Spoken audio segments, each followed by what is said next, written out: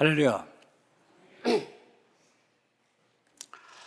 영국 성공의 목사이며 신학자인 알리스터 맥그레스라고 하는 분이 있는데, 이분은 옥스퍼드 대학에서 분자생물학 박사학위를 받은 사람입니다.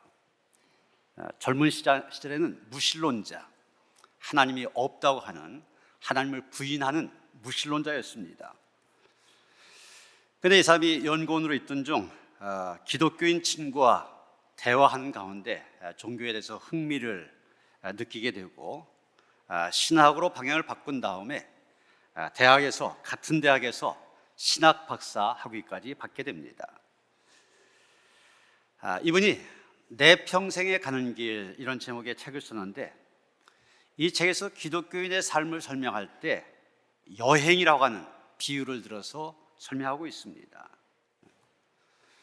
기독교인의 삶은 여행과 같다. 어디를 떠나서 어디를 향해 나아가는 여행과 같다고 이야기하고 있습니다. 우리가 오늘 읽은 말씀에도 보면은 길을 떠난다든지 집을 떠나서 어디로 갔다, 이런 표현이 여러 번 등장하는 것을 보게 됩니다. 아브라함이 여호와 하나님의 분부대로 길을 떠났습니다. 롯도 함께 떠났다고 했습니다. 4절에 보면 그가 하란을 떠날 때 75세였다고 얘기하고 있고, 5절에 보면 모든 재산을 이끌고 가나안 땅을 가려고 또 떠났다고 얘기합니다. 그 뒤에도 계속 보면 그 땅을 지나 베델 동쪽산으로 옮겼고 점점 남방으로 옮겨갔더라, 이렇게 말하고 있습니다. 사실 성경에는 9절 간단하게 기록하고 있지만, 여러분, 이 거리가 적은 거리가 아닙니다. 여러분, 지도에서 보시는 것처럼 오른쪽 맨 아래가 갈대아 우르입니다. 꼭대기가 하란. 이 갈대아 우르에서 유프라테스 강 유역을 따라서 쭉 하란까지 올라가는 그 거리가 1000km가 됩니다. 그리고 하란에서 좌측으로 맨 아래, 이곳이 가나안 땅인데, 이 가나안 땅까지의 거리가 1000km입니다. 그렇다면 갈대아 우리에서 시작하여 오늘 본문의 이 아브라함이 이동한 거리, 여행한 거리를 보면은 가나안 땅까지 1600km가 됩니다. 지금 1000km면은 서울 부산 2번 왕복하고도 2번 반 정도 되는 그런 거리 아닙니까? 차를 갖고도 다니기 힘드는데, 그 당시 교통수단이 없었던 때 걸어 다녔다 생각해 보세요. 얼마나 먼 여정이었습니까? 오늘 보면은 아브라함의 이 긴 여행을 이야기하면서 아브라함의 믿음에 대해서 얘기하고 있습니다. 사실 아브라함이라는 인물, 오늘날도 우리 기독교뿐만이 아니라 유대교, 이슬람교에서도 우리의 믿음의 조상이다, 그렇게 추앙받는 그런 분입니다. 아브라함은 구약 성경뿐만이 아니라 신약에 이르기까지 가장 모범적인 신앙을 소유했던 그런 인물로 알려져 있습니다. 누가복음 19장에 보면 삭개오 사건이 나오고 있는데, 9절에 보면 이렇게 말하고 있잖아요. 오늘 구원이 이 집에 이르렀으니 이 사람도 아브라함의 자손이로다. 아브라함의 자손이라고 얘기합니다. 로마서 4장에 보면 바울이 행함이 아니라 믿음으로 의롭게 된다는 사실을 주장할 때 아브라함을 예로 들어서 설명하고 있는 것을 보게 됩니다. 이렇게 믿음의 모범적인 인물 아브라함, 그 아브라함의 믿음을 오늘 본문에서는 어떻게 얘기하고 있습니까? 오늘 설교 제목에서 얘기한 것처럼 떠남과 나아감, 이 두 가지로 우리는 아브라함의 믿음을 생각하게 됩니다. 첫째로 아브라함의 믿음은 떠남 자체가 그의 믿음을 보여주고 있습니다. 1절에 보면 하나님께서 아브라함에게 너는 너의 고향과 친척과 아버지의 집을 떠나라 말씀하십니다. 믿음의 여정은 떠남에서 출발이 되어진 것입니다. 무엇을 떠나야 되냐? 고향과 친척과 아버지의 집입니다. 고대 사회에서 자기가 살아온 고향과 친척과 아버지의 집을 떠난다고 하는 거 쉬운 일이 아닙니다. 참 어렵고 힘든 일입니다. 왜냐하면 자기가 살고 있는 지역을 떠났다가 어떤 위험과 어떤 어려움을 만나게 될지 모르기 때문입니다. 그런데 하나님께서는 아브라함에게 명령하십니다. 떠나라, 떠나라고 하셨습니다. 사실 아브라함이 처음 살고 있던 갈대아 우르 지역, 우상 숭배가 만연한 지역이었습니다. 그의 친척 대부분이 우상을 숭배하며 죄 가운데 살고 있었습니다. 왜냐하면 성경에 나오지 않지만 유대인들의 전승이 있거든요. 전해져 내려오는 얘기를 전승이라고 얘기합니다. 마치 우리 옛날 얘기처럼. 그 이야기를 보면은 이 아브라함의 아버지 데라, 우상을 만들어서 파는 우상 장사였다고 얘기하고 있습니다. 그렇다면 아브라함이 어려서부터 무엇을 보며 자랐겠습니까? 아버지가 우상을 만들어 내다 파는 것, 그것을 보면서 자랐을 것입니다. 그 우상 앞에 절하고 빌고 이런 것 보면서 자랐을 것입니다. 하나님께서는 이 모든 것을 떠나라 명령하신 것입니다. 여러분, 우리가 믿음의 여정을 잘 가기 위해서는 반드시 버릴 것은 버리고 떠날 것은 떠나야 됩니다. 잘못된 환경 떠나야 됩니다. 잘못된 사람도 떠나야 됩니다. 나한테 가까운 사람, 심지어 가족이라 할지라도 내 신앙생활에 장애가 된다, 나를 힘들게 해서 신앙생활에 어려움을 준다, 그러면 그 사람을 변화시키든지, 그게 안 되면 그를 멀리하든지 결단을 해야만 됩니다. 그런데 새로운 결단을 내리고 새로운 모습으로 산다고 하는 거 쉬운 일이 아닙니다. 그러나 그런 결단이 없으면 우리의 믿음의 여정 계속할 수 없게 된 것입니다. 그러게 여러분, 먼저 지금 내가 떠나야 될 것이 무엇이 있는가 살펴보시길 바랍니다. 지금까지 나를 꽉 붙잡고 있는 과거의 상처들 있을 수 있습니다. 자라나면서 나에게 지울 수 없는 흔적을 남긴 고통과 아픔의 순간들 있을 수 있습니다. 배신의 경험, 실패의 경험, 상처 입은 경험 있을 수 있습니다. 이런 것들이 나를 놔주지 않고 있습니다. 그런데 주님은 말씀하십니다. 과감하게 떠나라. 그 과거의 상처에서 떠나라. 더 이상 거기에 매여 있지 말아라. 잘못된 습관에서 떠나라. 염려, 근심, 걱정에서 떠나라. 우리에게 말씀하고 계신 것입니다. 우리를 꽉 붙잡고 있어서 우리로 하여금 떠나지 못하게 한 것, 그것을 우리는 중독이라 그렇게 말합니다. 그런데 그 중독, 뭐에 중독됐다면 과감하게 떠나야 되는데 떠나야 된다는 것을 알고 있으면서 떠나지 못합니다. 알코올 중독, 눈만 떴다 하면 먼저 술부터 찾는 사람들이 있습니다. 담배 중독, 도박 중독, 우리 청소년들의 인터넷 중독, 게임 중독, 거기에다 요즘에는 이런 신문에도 계속 나잖아요. 마약 중독이 심각한 그런 경지에 이르고 있습니다. 옛날에는 마약 중독 그러면 연예인들, 어떤 특별한 신분의 사람들만 우리가 생각하지 않습니까? 그런데 이 마약이 이제는 일반인들에게도 파고들고 있습니다. 옛날에는 마약을 공급받으려면 조폭이라든지 어떤 루트를 통해서만 공급받을 수 있었습니다. 그런데 요즘에는 온라인, SNS, 마약을 상징하는 음모라고 그러는데 그 음모를 치고 검색만 해도 손쉽게 마약을 구할 수 있다는 거예요. 접하기가 너무 쉽게 됐다는 겁니다. 그래서 얼마 전까지만 해도 우리나라 마약 청정국이라고 했는데 이제는 옛날 말이 되었습니다. 특히 문제는 10대, 20대의 마약 투약이 크게 늘고 있다고 하는 것입니다. 검찰청 발표에 따르면 전체 마약 사범 가운데 10대, 20대의 비율이 2017년에는 15.8%였는데 지난해 2022년도에는 34.2%, 불과 5년 새에 2.4배 증가했다는 것입니다.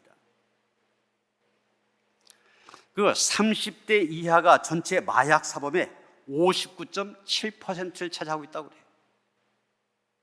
마약한 사람 10명 중에 6명은 30대 이하란 얘기입니다. 좀 더 쉽게 얘기하면 길거리에서 흔히 볼 수 있는 젊은 층이 마약의 주 고객이 되고 있다는 얘기예요. 여러분, 이 모든 중독에서 떠나야 됩니다. 과감하게 잘라내야 됩니다. 거기에 매여 있으면 절대로 믿음의 여정 계속할 수 없습니다. 죄의 습관들도 떠나야 됩니다. 잘못된 모습도 떠나야만 됩니다. 술에 취한 사람이 있었는데 이 사람이 달밤에 강을 건너려고 이런 보시는 나룻배를 밤새도록 저었습니다. 이제 날이 훤히 밝아오면서 강을 다 건넜겠지 생각했는데 둘러보니까 처음 배를 탔던 그 자리였습니다. 여러분, 왜 그랬겠습니까? 노는 열심히 졌지만 배를 묶어 놓았던 밧줄을 풀지 않았기 때문입니다. 여러분, 아직도 우리의 인생의 배를 묶어 놓은 것들 무엇이 있습니까? 코끼리를 묶어 놓은 말뚝처럼 우리를 현실에 안주하게 하고 욕망의 노예로 살아가게 한 것 무엇입니까? 바로 이런 것들로부터 자유해지는 것, 그것이 바로 믿음입니다. 내가 붙잡고 있는 것, 그것을 내려놓아야만 주님께서 내 안에 살아 역사하십니다. 그 내려놓음이 바로 믿음이요, 하나님이 주시는 은총을 누리는 비결이 되어집니다. 둘째로 아브라함의 믿음은 나아감입니다. 1절에 보면 내가 네게 보여줄 땅으로 가라 그러셨습니다. 그리고 4절에 보면 아브라함은 여호와의 말씀을 따라갔고 이렇게 얘기하고 있습니다. 아브라함이 무엇을 따라갔다고 했습니까? 하나님의 약속의 말씀을 따라갔다고 하였습니다. 복을 따라간 것이 아닙니다. 말씀을 따라갔습니다.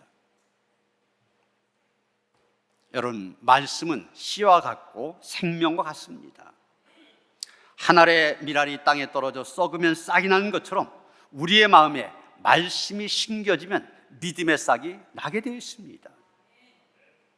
로마서 10장 17절에서 바울이 얘기한 게 바로 그거 아닙니까? 믿음은 들음에서 나고 들음은 그리스도의 말씀으로 말미암습니다. 말씀이 우리 안에 들어갈 때 믿음이 자라게 되어 있습니다. 무엇을 따라 나가냐가 중요합니다. 아브라함 갈 바를 알지 못하였지만 하나님의 약속의 말씀을 따라 나아갑니다. 그런데 그 약속의 내용이 무엇입니까? 2절에 나옵니다. 내가 너로 큰 민족을 이루고 내게 복을 주어 내 이름을 창대하게 하리니 너는 복이 될지라. 약속의 내용 3가지를 얘기하고 있습니다. 내가 너로 큰 민족을 이루게 하겠다. 내 이름을 창대하게 하겠다. 너로 하여금 축복의 통로가 되게 하겠다. 이 3가지입니다. 여러분, 성경을 보면 하나님의 약속은 일방적인 것을 보게 됩니다. 인간으로서는 상상하기 어려운 그런 내용을 말씀하십니다. 그런데 성경을 보면 그 약속 변하지 않는 것임을 보게 됩니다. 아브라함은 바로 그 하나님의 약속의 말씀을 붙잡고 나아갔습니다. 믿음은 바로 살아계신 하나님의 약속을 붙잡는 데서 시작이 되어집니다. 여러분, 지금 내가 붙잡고 있는 것이 무엇입니까? 내가 붙잡고 있는 세상의 줄은 썩은 줄입니다. 금방 끊어지게 되어 있습니다. 그러나 하나님의 약속은 반드시 축복의 열매로 나타납니다. 당장은 힘들고 어려운 여정이지만 그 목적지에 가면은 놀라운 축복이 준비되어 있습니다. 믿음의 여정, 사람 보고 가는 것이 아닙니다. 복을 바라보고 가는 것 아닙니다. 여러분, 우리가 복을 받으려고 따라가게 되면 그게 기복주의입니다. 미신이 됩니다. 참 믿음은 하나님의 약속을 붙잡고 가는 것입니다. 그 약속을 믿고 따라가기만 하면 복은 저절로 임하게 되어 있습니다. 우리를 창대하게 하시고 높여주시고 풍성한 은혜로 채워주시게 됩니다. 여러분, 지금까지 봤던 것처럼 본문에서 보이는 아브라함의 믿음의 패턴, 떠남과 나아감입니다. 빌립보서 3장에 보면 사도 바울도 이 비슷하게 얘기하고 있는 것을 보게 됩니다.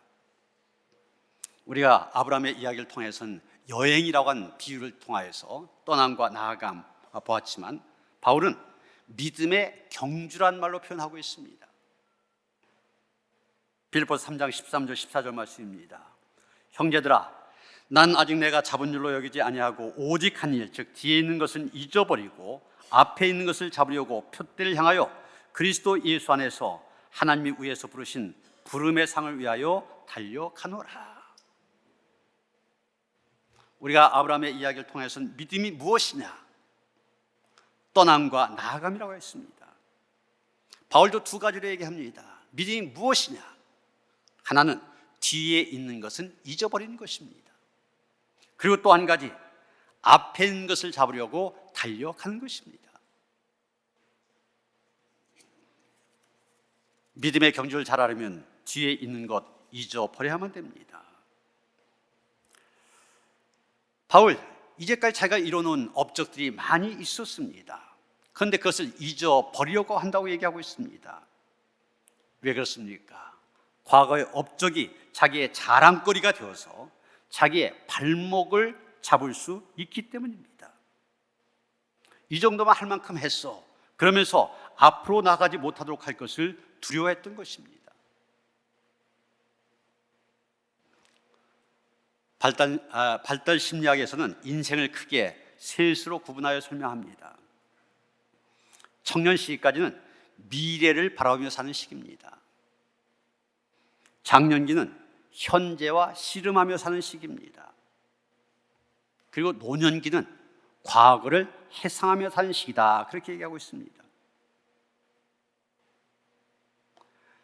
그렇습니다. 많은 노인들이 더 이상 미래에 대한 꿈과 비전을 갖기 어려운 상황에서 앞을 보지 못하고 자꾸 뒤를 돌아보려고 합니다. 그래서 노인들이 많이 쓴 말 가운데 하나가 왕년에 이런 말이잖아요. 왕년에 이랬는데. 그래서 자꾸 옛날 추억에 잠기려고 합니다. 그러나 믿음의 삶들, 그래서는 안 된다는 것입니다. 왜 그렇습니까? 아직 다 이룬 것이 아니기 때문입니다. 여러분, 마라톤 선수가 있는데 아직 골인 지점 도착도 안 했습니다. 그런데 내가 절반까지는 1등이었어.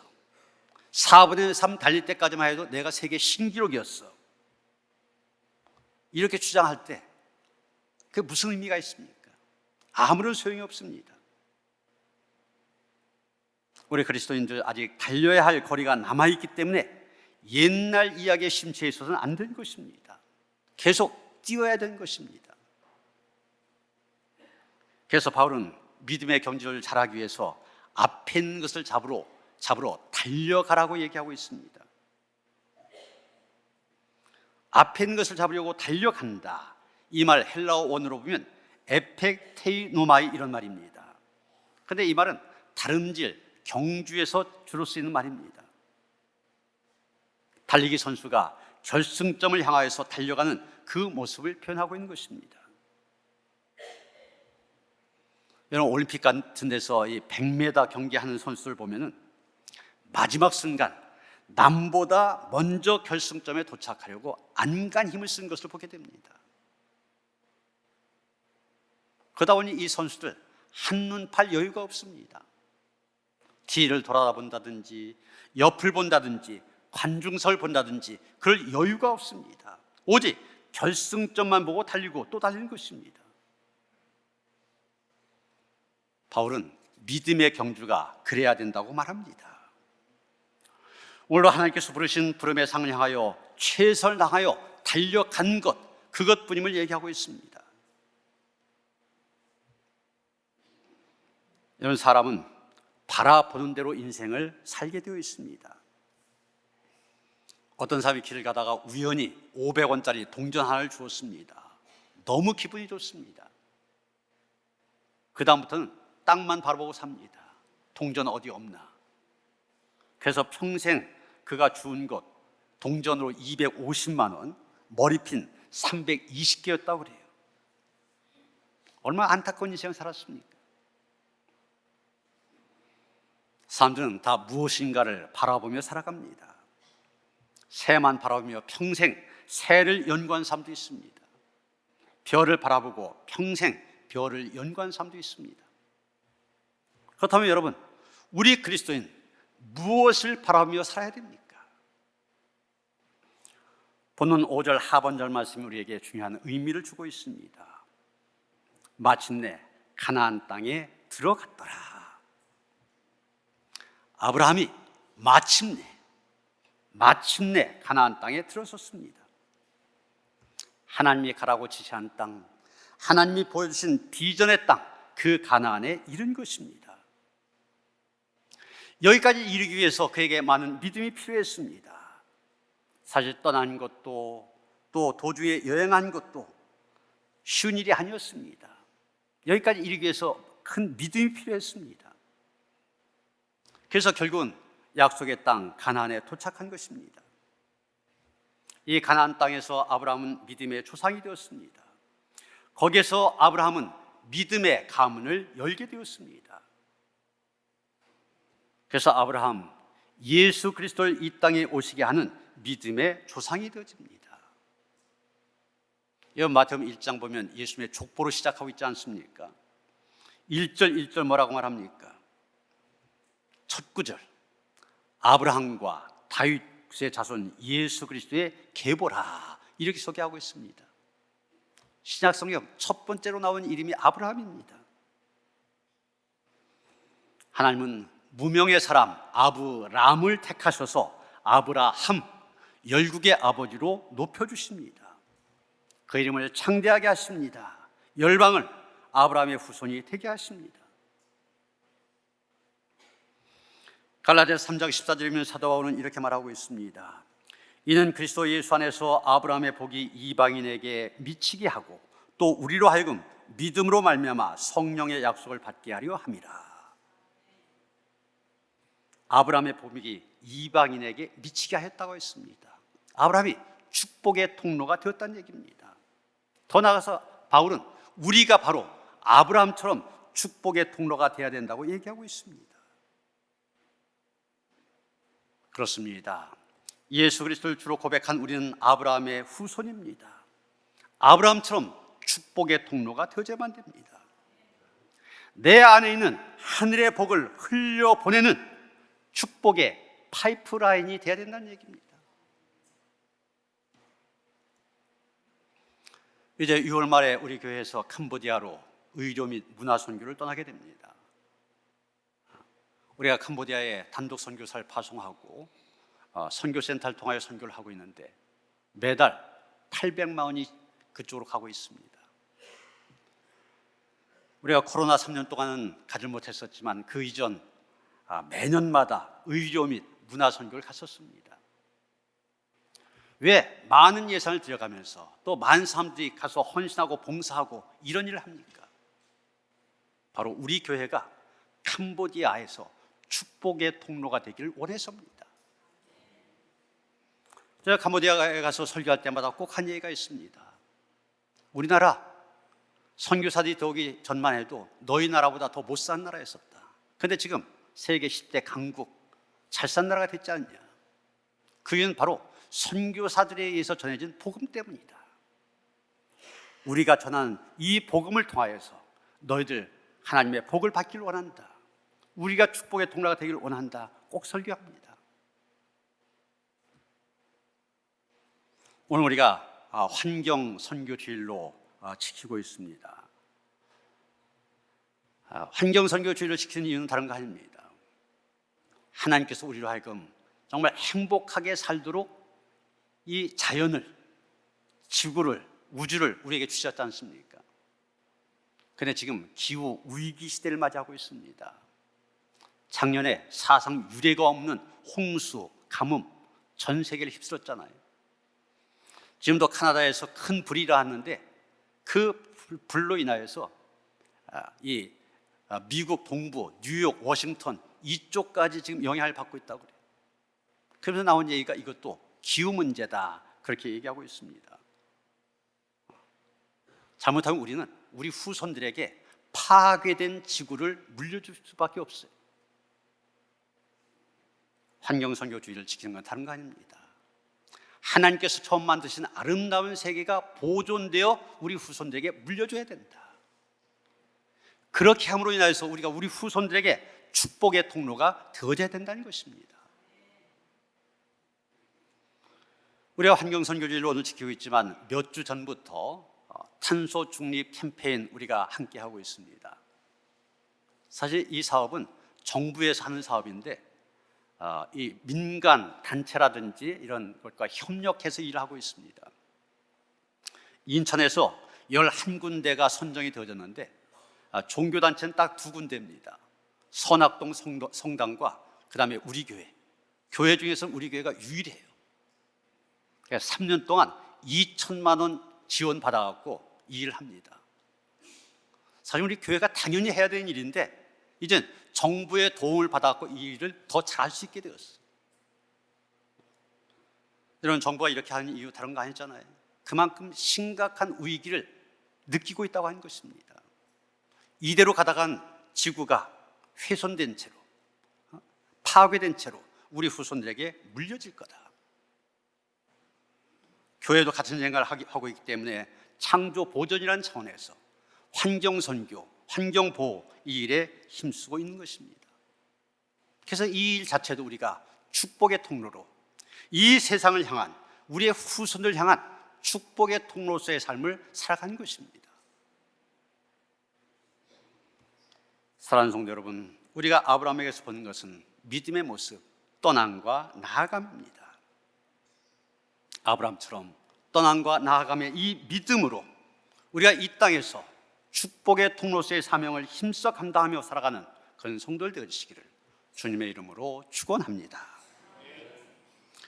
하나님, 말 그대로 믿음의 조상, 믿음의 모델입니다. 그 믿음 우리도 본받기를 원합니다. 떠날 곳 떠나게 하시고 나아갈 방향 분명히 하여 하나님께 주시는 비전을 향하여 나아가는 우리의 믿음 되게 하시며, 그런 믿음을 통하여서 이 땅에서 만민을 향하여 축복의 통로되어 살아가는 우리 교회가 되게 하시며 우리 모두의 삶이 될 수 있도록 함께 하시옵소서. 예수 그리스도 이름 받들어 기도하여 싸움나이다. 아멘.